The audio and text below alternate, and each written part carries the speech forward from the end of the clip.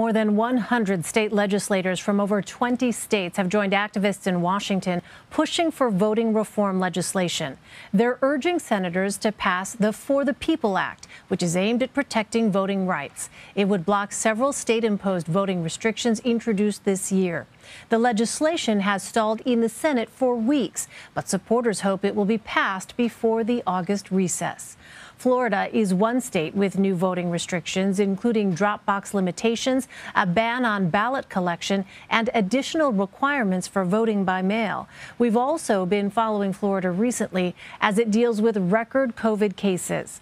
Governor Ron DeSantis has said COVID-19 vaccines are, quote, saving lives and residents should get vaccinated. But he has thwarted other efforts to slow down the spread of the virus, including barring masks in schools and refusing to reinstate social distancing guidelines. He has also attributed the state's high number of coronavirus infections to the warm weather. Florida State Representative Anna Eskamani is one of the lawmakers rallying on Capitol Hill, and she joins me now from Washington. Representative, welcome. Why do you believe talks have stalled on Capitol Hill? And do you think your presence alongside other state legislators will change the political dynamics on this issue? Well, thank you so much for having me, Elaine. And yes, I do think the presence of more than 100 state lawmakers from across the country will have an impact because we bring with us the experiences of voter suppression on the ground in state capitals. And it's really important that U.S. senators hear these stories and also face the reality that if we don't pass a national standard for voting rights, we're going to continue to see suppression become the reality. And indeed, the Republican majority is the reason why in my state these voter suppression bills pass.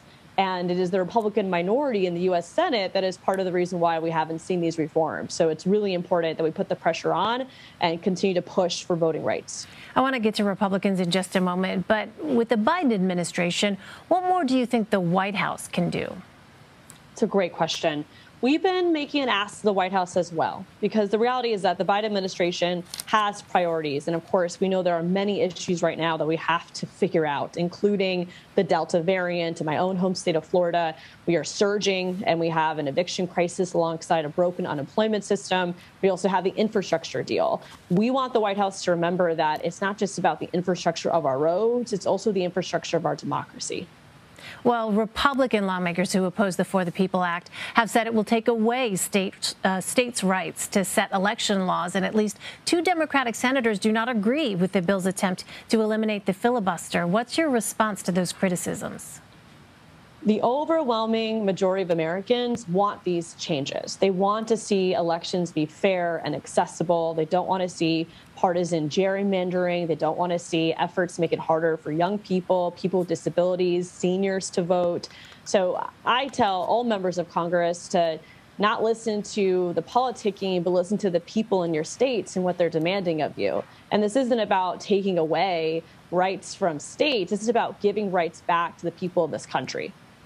Well, what restrictions are Florida voters currently facing, and how would the For the People Act change that? It would be a game changer for us in Florida. This past legislative session, Governor Ron DeSantis signed a voter suppression bill called Senate Bill 90 to a live Fox News only audience. It was a completely politically motivated legislation to make it harder for folks to vote by mail and even harder to register new voters to actually be able to participate in democracy. We also have partisan gerrymandering in Florida where lawmakers draw their own maps. So we're approaching that redistricting process this year. For the People Act would help address many of those problems, but not only ending political gerrymandering, but also putting into place automatic voter registration, strengthening the Voting Rights Protection Act that we already have in this country, and overall help to ensure that no matter where you live in this great nation, you will have access to the polls. Well, let's talk about the pandemic. There have been record numbers of infections and hospitalizations in Florida. Why do you think cases are spiking in your state? And is there a plan in place for getting more people vaccinated? We have been incredibly frustrated and disappointed by Governor Ron DeSantis and his mismanagement of COVID-19 from the very beginning.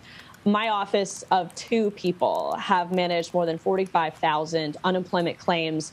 We've hosted vaccination events across our district as well and continue to push the governor to choose science over politics. And yet this past Friday, he actually put into place an executive order prohibiting local governments from pursuing mask mandates in our schools, which has created so much pain and struggle for families who want their kids to be in a classroom but are now scared for their health and safety.